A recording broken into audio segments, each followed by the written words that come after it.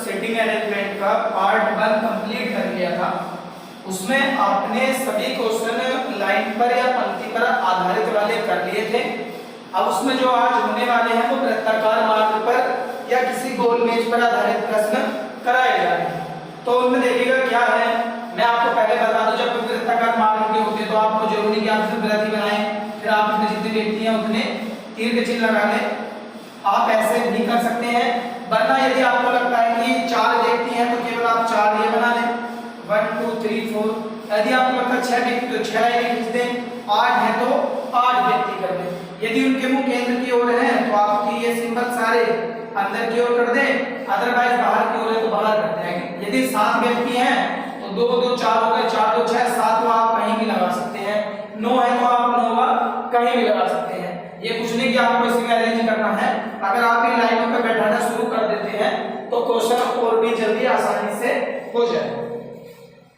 तो इसमें देखिएगा आज आपके पार्ट 2 है, इसका एक पार्ट 3 कल भी कराया जाना है। तो आज क्या है, मैंने 2 क्वेश्चन लिखे हैं, 2 और हैं, 4 क्वेश्चन जो ये किसी सेट के आए हुए क्वेश्चन है, सेट में से पेपर में से, इन 2 को मैंने लिखा है। तो देखिए पहला क्वेश्चन क्या है, आपको किस तरह से सोल्व करने होते हैं कि पहला इसमें लिखा गया है A B C D E F और G, 7 व्यक्ति हैं ऐसे लेके G तक, केंद्र की ओर मुंह करके बैठे हैं। जब 7 व्यक्ति हैं तो मैंने यहाँ 7 लाइन बना ली, ये हो गया हमारे पास 4 और 2 6, और मैंने बताया था 7 तो आप 7वां व्यक्ति कहीं भी लगा लें, ये हो गए 7। और केंद्र की ओर तो हमने सभी के मुंह कहाँ कर दिए, यहाँ पर केंद्र की। देखिए ना केंद्र की ओर इसलिए दिया गया है और इसलिए हम चिन्ह लगाते हैं ताकि हमें लेफ्ट और राइट बाएं दाएं का किसी व्यक्ति से अच्छे से याद कर सके।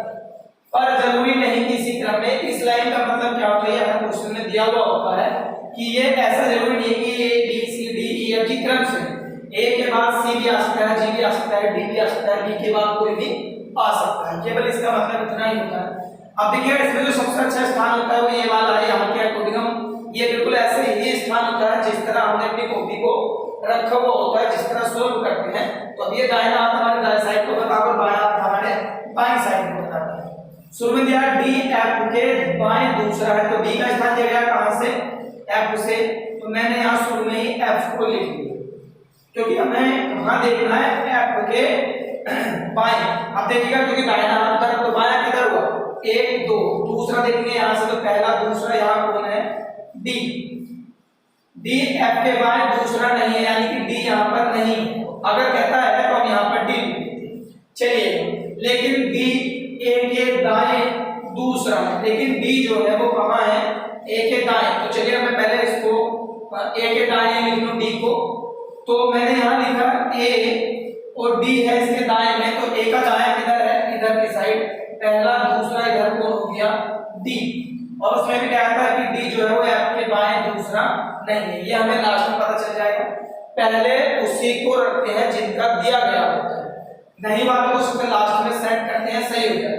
C A के दाएं तीसरा है, अब देखिए A का दाएं इधर चल रहा था, तो पहला दूसरा यहाँ कौन आ गया आपका C, तीसरे नंबर पे आ गया आपका C, और C G के बाएं दूसरा है। अब देखिए अगर मैं यहाँ पर G लिखता हूँ तो ये G की होगी दाईं साइड, तो यानी कि ये यहाँ पर होगा, क्योंकि हमें देखना है G का बायां किधर है, तो देखिए नीचे वो है राइट हैंड और ऊपर गया है आपका लेफ्ट हैंड बायां हाथ, तो यहाँ पर हो गया आपका G। और एक उसने देता B G का निकटतम पड़ोसी नहीं है, यानी कि B इन 2 जगह आपका नहीं हो सकता। देखिएगा जो पड़ोसी की बात आती है, इसमें पड़ोस 2 जगह हो सकता है। अगर हम इसकी बात करें, इसका पड़ोस कहाँ कहाँ है, तो एक इसके राइट में भी होगा और एक इसके लेफ्ट में। इसका पड़ोस होगा तो यहाँ लेफ्ट राइट, इसका पड़ोस होगा तो लेफ्ट राइट, इसका पड़ोस होगा तो लेफ्ट राइट। कहीं भी पड़ोसी की बात आती है, पड़ोस की निकटतम की बात आती है, या कह देता है अगल बगल नहीं है, तो उसका मतलब होता है कि वो उसका पड़ोस 2 जगह होता है, दाएं भी और बाएं। तो देखिए उसने कहा B G का पड़ोसी नहीं है, तो जहां G है ना तो B यहाँ हो सकता है ना यहाँ, तो यहाँ कौन होगा आपका B। अब देखिएगा आप इस लाइन को, जो उसने कहा था कि D जो है वो F के बाएं दूसरे पे नहीं होना चाहिए, और ये स्थान ये खाली है, ये खाली है, तो यहाँ से क्लियर है कि F अब यहाँ होगा, यहाँ रख देंगे तो उसके बाएं में पहला दूसरा हो जाएगा। तो जिसका नाम बचा उसे हम लिख देते हैं कौन, ए भी हो गया, बी भी, सी भी, डी भी, और यहाँ रह गया बी। देखिएगा अगर आप ये चित्र बना लेते हैं तो क्या होता है कि इसके 4 या 5 क्वेश्चन कम से कम आपको मिलते हैं। 3 तो कंपलसरी है, लेकिन यदि 4-5 क्वेश्चन मिलते हैं तो बस आपको ये बनाना होता, क्वेश्चन में कुछ नहीं होता। क्वेश्चन आपको केवल इस तरह से देगा। देखिए पहला क्वेश्चन क्या था इसका कि बताइएगा सी के बाएं कौन है। ये तो आप अपने चित्र में देखेंगे तो सी के बाएं, सी का बायां किधर होगा, देखिए सी का वो इधर है तो सी का बायां होगा इधर की साइड, तो सी के बाएं कौन होगा, डी। दूसरा क्वेश्चन है इसका ए व जी के बीच, ए व जी के बीच बताइए कौन है। तो ए और जी के बीच में कौन है, केवल एक व्यक्ति एफ। और तीसरा क्वेश्चन इसका है बताइएगा डी के दाएं कौन है। अब बताइए डी का दायां कहां चल रहा था आपका सी, या मैं कहते हैं यहाँ पर बताइएगा आपको डी के बाएं कौन है। तो डी के बाएं आप देखेंगे डी का बायां कहां चलेगा, वो अंदर की ओर इस तरह से, तो ऊपर हुआ दायां, पीछे वो बायां, तो कौन हो गया आपका डी के बाएं में आपका हो गया डी। देखिएगा सारे क्वेश्चन इसके ऐसे ही मिलेंगे, बस आपको जो दिया गया क्वेश्चन है उसका स्ट्रक्चर बिल्कुल सही बनाना है। यदि आप ये सही बना लेते हैं तो आपके 3, 4, 5 जितने भी क्वेश्चन दिए होंगे वो सारे आपके सही हो जाते हैं। अदरवाइज अगर आप केवल ऐसे बना देते हैं, 2 सही करते हैं, तो आपके क्वेश्चन 1 या 2 तो सही हो जाते हैं, क्योंकि हम कुछ को सही बैठा लेते हैं, उनके अकॉर्डिंग क्वेश्चन सही हो जाते हैं, बाकी के क्वेश्चन गलत हो जाते हैं। देखिएगा दूसरा क्वेश्चन क्या है फिर, J K L M N O P Q कितने व्यक्ति हो गए, 8। तो मैं 8 व्यक्ति, मैंने 8 के 8 व्यक्ति यहाँ बैठा दिए, ये हो गए आपके 4, 2 6 और 2 8, और सभी के मुंह केंद्र की ओर है, तो अब हम किसी का भी लेफ्ट राइट आराम से याद कर सकते हैं। 8 व्यक्ति। देखिएगा सबसे पहले क्या गया है, ओ एम के दाएं तीसरा है, तो ओ की स्थिति एम से तो सबसे अच्छा स्थान ये है एम। अब एम का दायां किधर होगा, उधर होगा ऊपर की साइड। तीसरा नंबर पहला, दूसरा, तीसरा, और यहाँ कौन है आपका ओ।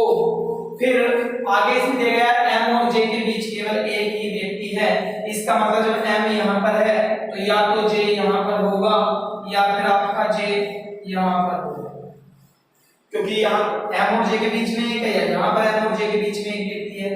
फिर क्या दिया उसने आगे इसी में, जे और के के बीच 3 व्यक्ति। यहाँ बताइए अगर जे हम यहाँ लेंगे तो 1 2 3, 1 2 3, यानी कि यहाँ पे जे है तो यहाँ के होगा, वही कंडीशन यहाँ पे होगी।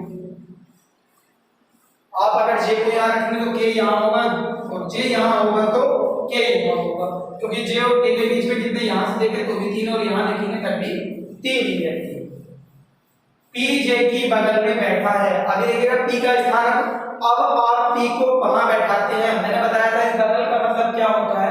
यहां से कई बार हम अपने आप ही सोचते थे कि इसमें ऐसा भी तो नहीं दिया गया, मैं आपसे कहता हूं कि पी को आपको यहीं बैठाना है, तो आप कहेंगे नहीं यहां भी जे की बगल में है। लेकिन यदि कभी कहीं बगल या पड़ोस का नाम आता है तो मैंने अभी बताया आपको पड़ोस कितनी जगह होता है, दाएं और बाएं। ऐसा जब भी क्वेश्चन हो आप कभी कंफ्यूज ना हो, आप वहीं पे रखेंगे जहां दोनों जगह पड़ोस खाली हो, क्योंकि देखिएगा यहाँ पर तो ओ आ चुका है, तो अब पी का, क्योंकि यहाँ भी तो हो सकता था लेकिन यहाँ तो हो नहीं सकता, इसका मतलब है कि यहाँ इसका पड़ोस खाली नहीं। और उसने क्या कहा कि पी जे की बगल में है, तो जब यहाँ जे की बगल में स्थान खाली है नहीं तो यहाँ पर जे हो ही नहीं सकता, और यहाँ जे नहीं हो सकता तो यहाँ कौन नहीं हो सकता, आपका के नहीं हो सकता। अब अगर आपका पी होगा तो पी कहाँ होगा, या तो यहाँ पर होगा या आपका यहाँ होगा।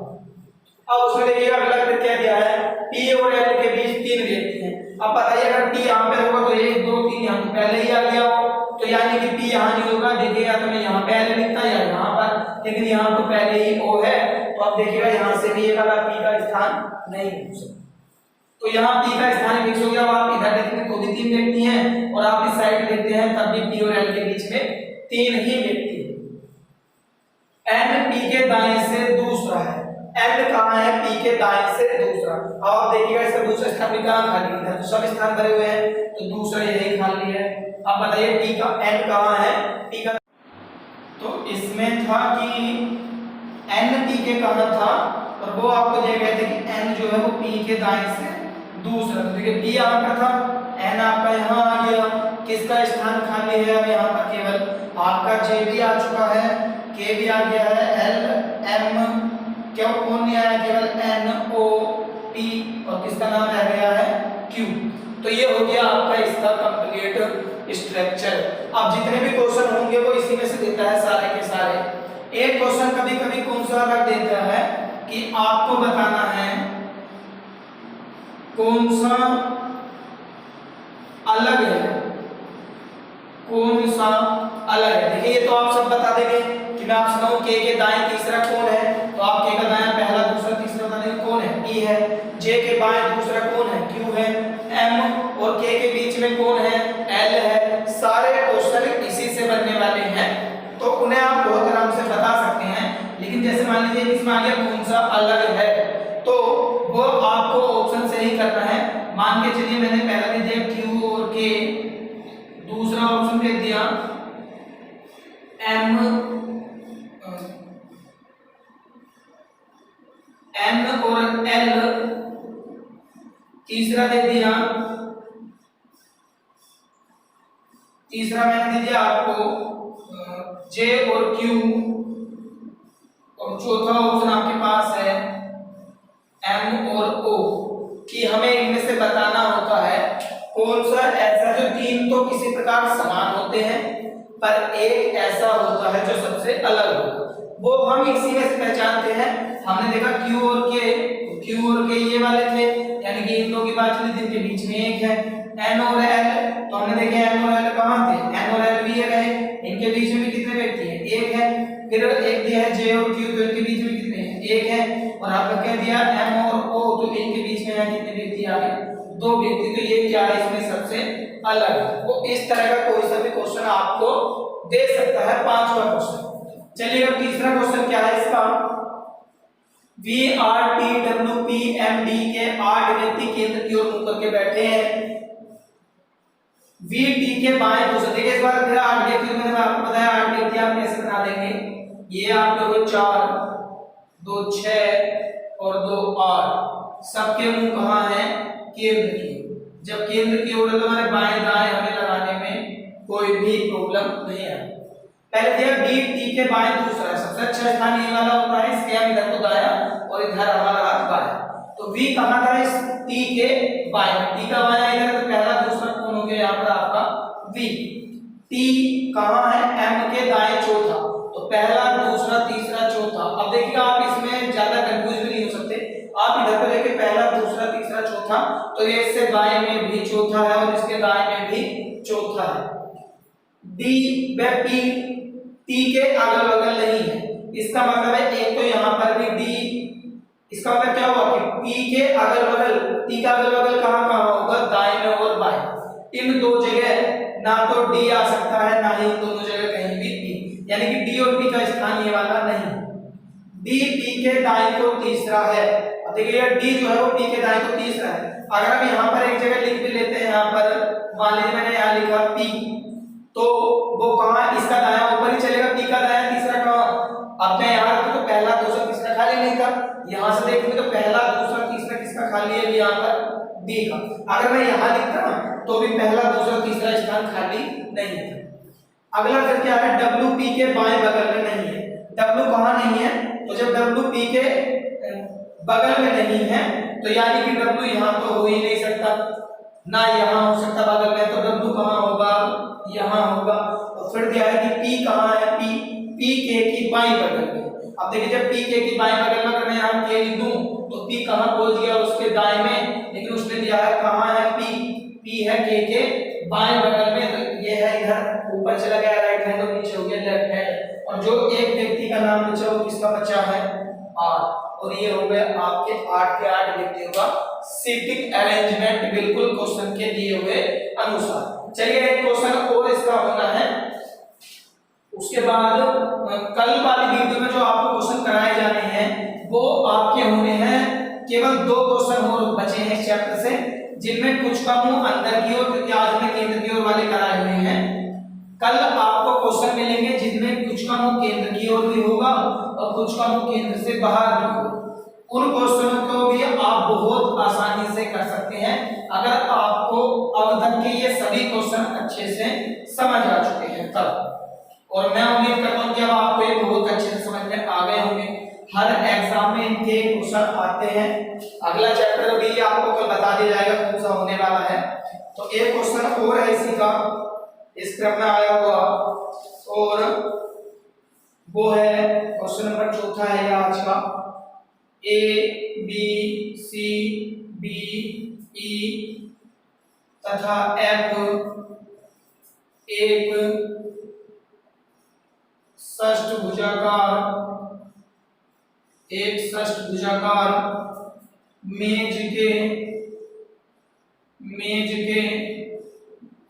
6 कोनों पर बैठे हैं तथा सभी का मुख केंद्र की ओर है। आज हमने केंद्र की ओर वाले सारे क्वेश्चन करा लिए हैं। कल अंदर बाहर दोनों साइड पे होने वाले हैं, तो कल की वीडियो आप ध्यान से देखें किस तरह बैठे हैं कि ए बी के दाएं दूसरा है, ए तथा ई के बीच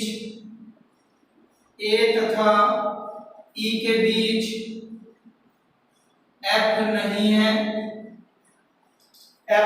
है। सी बी के तुरंत बाएं बैठा है, और अगली कंडीशन बाएं बैठा है जो इसी में है ये, जो ई के दाएं दूसरा है। अब देखिए कई बार क्वेश्चन में यहाँ कई जगह कंफ्यूजन रहता है कि ये जो किसके लिए दिया गया होता है। ये जो है आपका, उसने यहाँ लिखा था कि सी बी के तुरंत बाएं बैठा है जो ई के दाएं दूसरा है। तो आप इसमें कभी भी ये कंफ्यूजन ना हो कि ये जो किसके लिए है।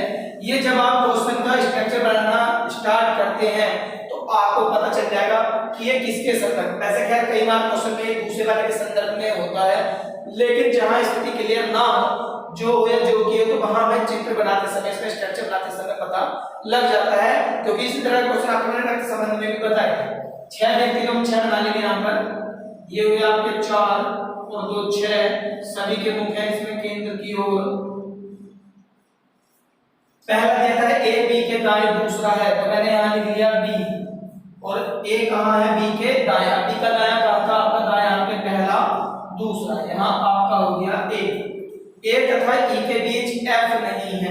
अब इसका मतलब है कि ए और ई के बीच में एफ नहीं है, कोई और हो सकता है, लेकिन जब बीच में है तो यानी केवल एक ही व्यक्ति है, और उसने कह दिया कि यहाँ पर कौन नहीं है, एफ भी यहाँ पर नहीं है। अब एफ या तो यहाँ पर होगा या यहाँ पर, वो कहाँ है, उसमें क्या दिया है, सी बी के तुरंत बाएं। अब बताइए बी का बायां कहाँ था आपका, यहाँ पर था सी, और उसने कहा था कि एफ कहाँ नहीं हो सकता, ए और ई के बीच में नहीं, तो एफ कहाँ होगा आपका यहाँ। और अब बताइएगा कौन सा देखते हैं रह गया है, ए बी सी, केवल कौन बचा है, डी। अब इसके जो भी क्वेश्चन आपको मिलेंगे सारे क्वेश्चन इसी से होंगे कि आपके दाएं दूसरा कौन है, तो डी है, वो मालूम कर लेगा आपसे। सी और एफ के बीच में कौन है, बी है। बताइए सी से ए की क्या स्थिति है, तो हम बताएंगे सी की ऐसी क्या स्थिति है। अगर हम इधर देखते हैं तो दाएं को भी तीसरा है और बाएं को भी कौन सा है, तीसरा।